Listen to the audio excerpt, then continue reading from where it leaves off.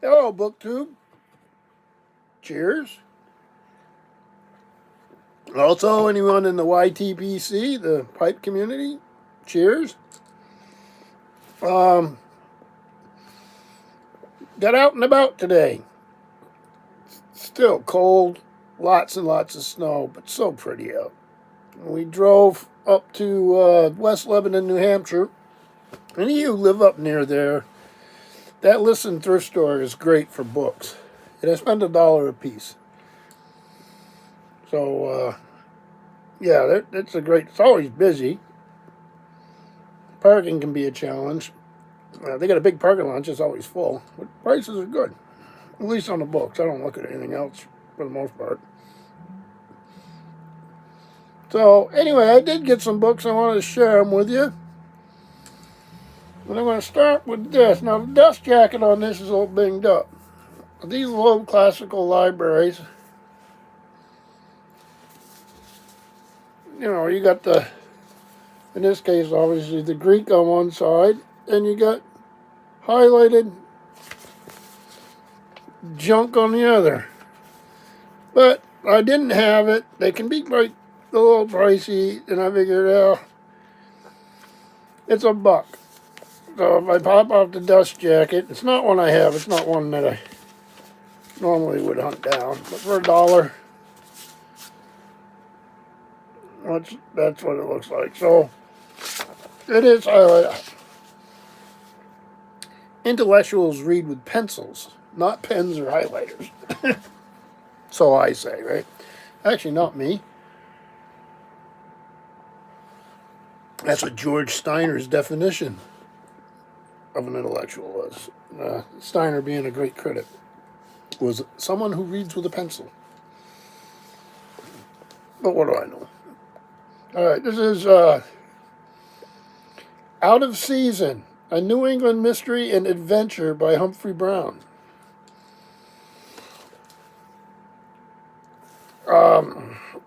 Humphrey Brown is,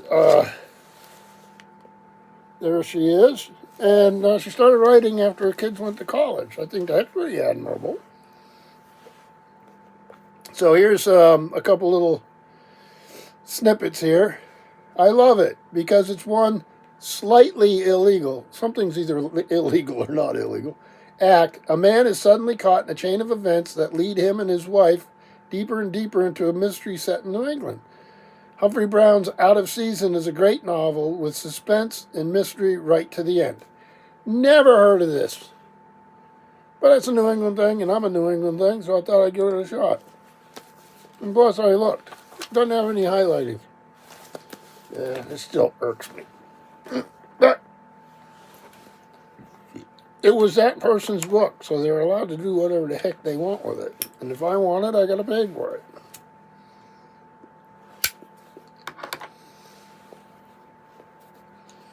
This next one, I'm a huge fan of Jan Morris, which I've mentioned before. And the travel writing, the Pax Britannica stuff, anything I can find by Jan Morris to me. One of my favorite books is A Writer's House in Wales. It's part of the National Geographic Directions series of books, I believe. Find that one. If you're a book person, you'd love it. But this is her The World, Life and Travel, 1950 to 2000. Trade, who's that by? Norton. And there's Jan Morris on the back. Magnificent writer. Let's see, I'm just going to go randomly say some of the sections. London, 1973. Ex Britannica instead of Pax Britannica. I like that. That's pretty cool. Pleasure Places, not palaces, places. Oh, I had a photograph. That sort of caught me by surprise. I can find it again. Didn't expect it to have images.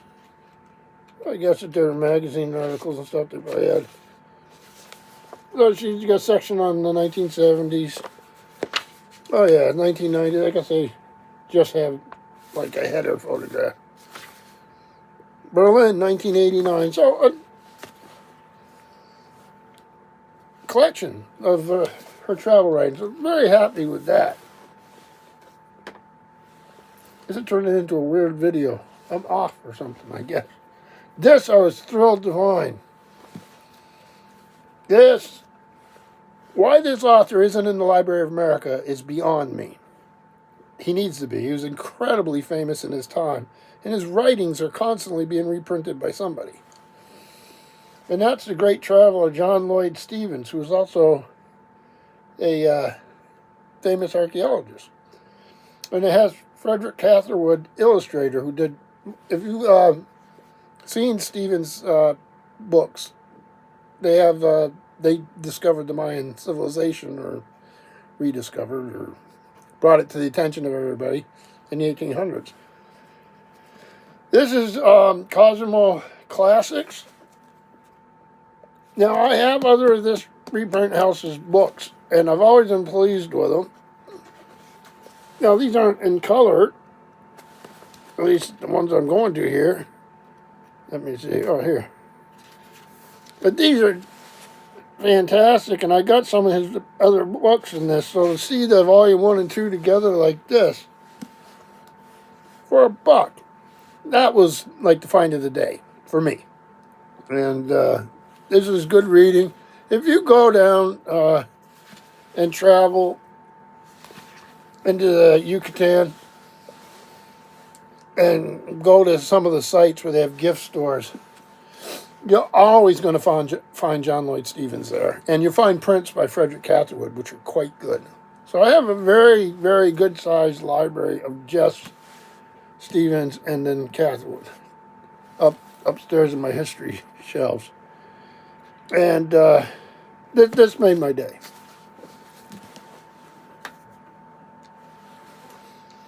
This one's something I didn't know.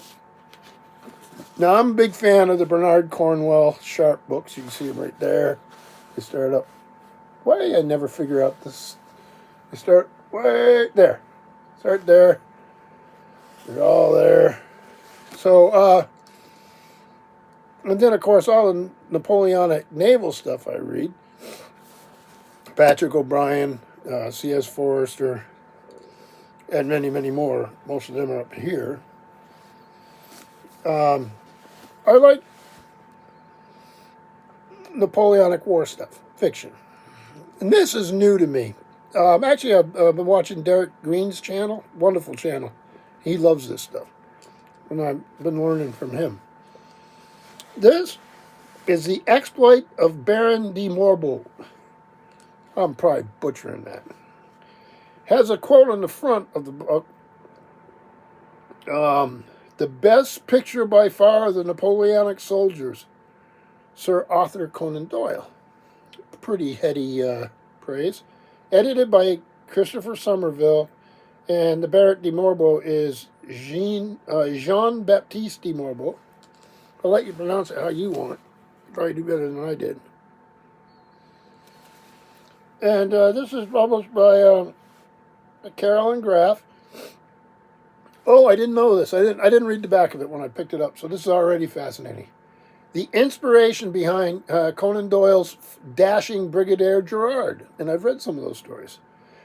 The flamboyant and recklessly courageous Baron de Marbot was in the forefront of the action throughout the Napoleonic campaigns, first as a young aide-de-camp to 4 of Napoleon's marshals, then as a colonel of the hussars, and finally promoted to general on the eve of Waterloo. Timing can be real rough there, huh? He recorded in full his experiences and perceptions of the battles in which he participated and the leading personalities met, including his encounters with the emperor himself. Hugely entertaining and popular, these memoirs were first published in 3 volumes in France and later in England. They give a complete account of Marbot's life from his birth in 1782 to his death in 1854, and are generally considered to offer the most vivid and evocative picture of the Napoleonic Wars ever written. Fascinating. This new edition of the Baron's life has been abridged, revised, and corrected throughout by editor Christopher Somerville, so let's see how good a job he did. and now present an accurate and accessible account for modern readers. Alongside the text, the editor has included a chronology of events so that the reader is provided with all the essential background to the action taking place. The result is a fast-paced and exciting narrative, an enlightening contemporary account of the Napoleonic era to be enjoyed by military enthusiasts, historians, and the general reader. In my case, a person who reads a lot of fiction about the Napoleonic War. So there's, for any of you interested in that, I don't know, you can probably go online and find it. I don't see any images, though. Very cool. And I never heard of it, but I saw it and I wanted it. This one here is neat. This is Hugh Kenner, Dublin's Joyce, because we're talking about James Joyce. Interesting cover. Where did they say who did it?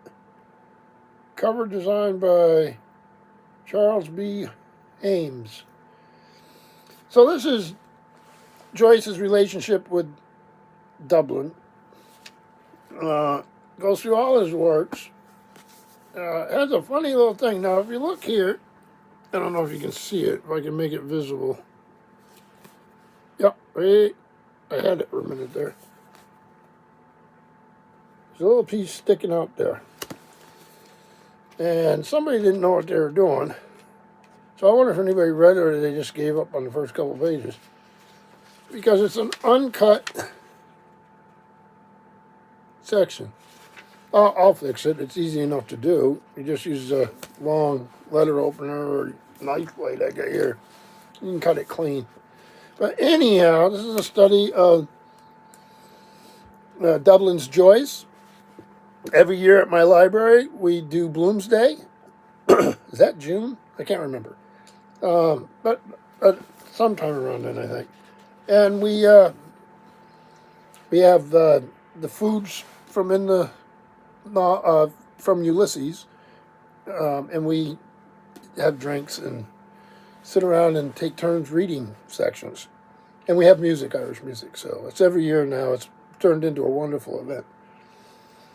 One of those nice literary events. Then I got two that go together. Another author I love, and that's John McPhee. Let me get that out of my mouth. So this is the John McPhee Reader. John McPhee is just a magnificent nonfiction writer. Let's see, it has A Sense of Where You Are, The Headmaster, Oranges, The Pine Barrens, A Room Full of Hovings, Levels of the Game, The Crofter and the Laird, Encounters with the Archdruid, Deltoid Pumpkin Seed, Pieces of the Frame, The Curve of Blinding Energy, and Survival of the Bark Canoe, the last of which is my favorite of his. But these are all from. So you're getting a sample of his writing. Beautiful thing. Wonderful. And then I got, on another shelf, in a totally different part of the books, the second John McPhee Reader. Very thrilled. These are, Frost, Strauss, and Giroux. And this one includes, here's the little, very happy to find these, excited to find these. I love nonfiction. I love his style of writing. They're going to give me a table of contents? Yes, they are. So this has excerpts from Under the Snow. Oh, Under the Snow is actually in its entirety. Everything else is an excerpt. So Coming Into the Country, Giving Good Weight, Basin and Range, In Suspect Terrain, La Place de la Concorde Suisse. I don't know what that is. I haven't read that one. Table of Contents, Rising from the Plains, The Control of Nature, Looking for a Ship, another great one, Assembling California, and The Ransom of Russian Art. So, a pretty nice, so they obviously came from the same person, I would say, set. And I've got bunches of them upstairs, but I didn't have either of these, so I was more than happy to find them.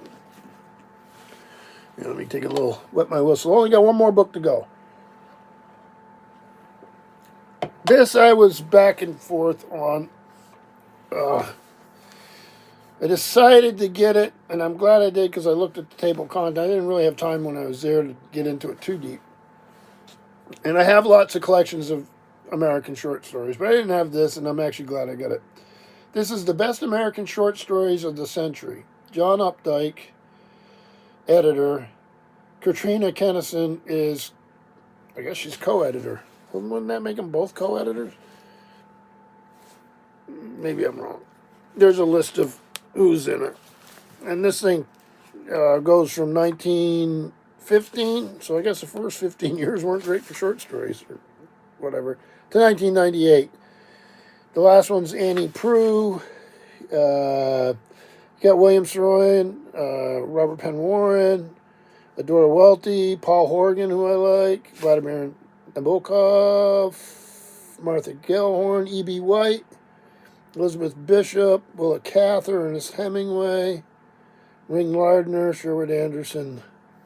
I'm only reading a few as I go through. Tennessee Williams, John Cheever, Flannery O'Connor, Philip Ross, Stanley Elkins, Bernard Malamud, Joyce Carol Oates, James Allen McPherson, Isaac Bezhenev Singer, Donald Barthelmy, Saul Bellow, Harold Broadkey, Alice Adams, Cynthia Ozick, Raymond Carver, Ann Beatty, Susan Sontag, Alice Munro.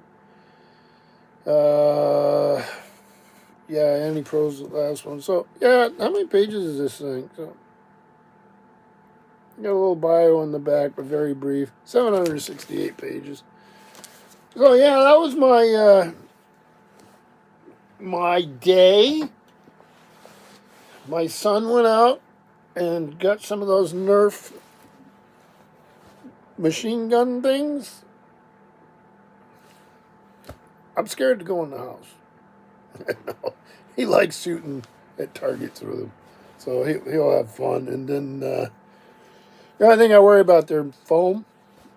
If you don't pick them up immediately, we have cats and dogs, so that would be bad for them. So anyway, but he's excited. So anyway, that was my day. That's the book call. Enjoyed the heck out of going out, and then ready to get into the new week.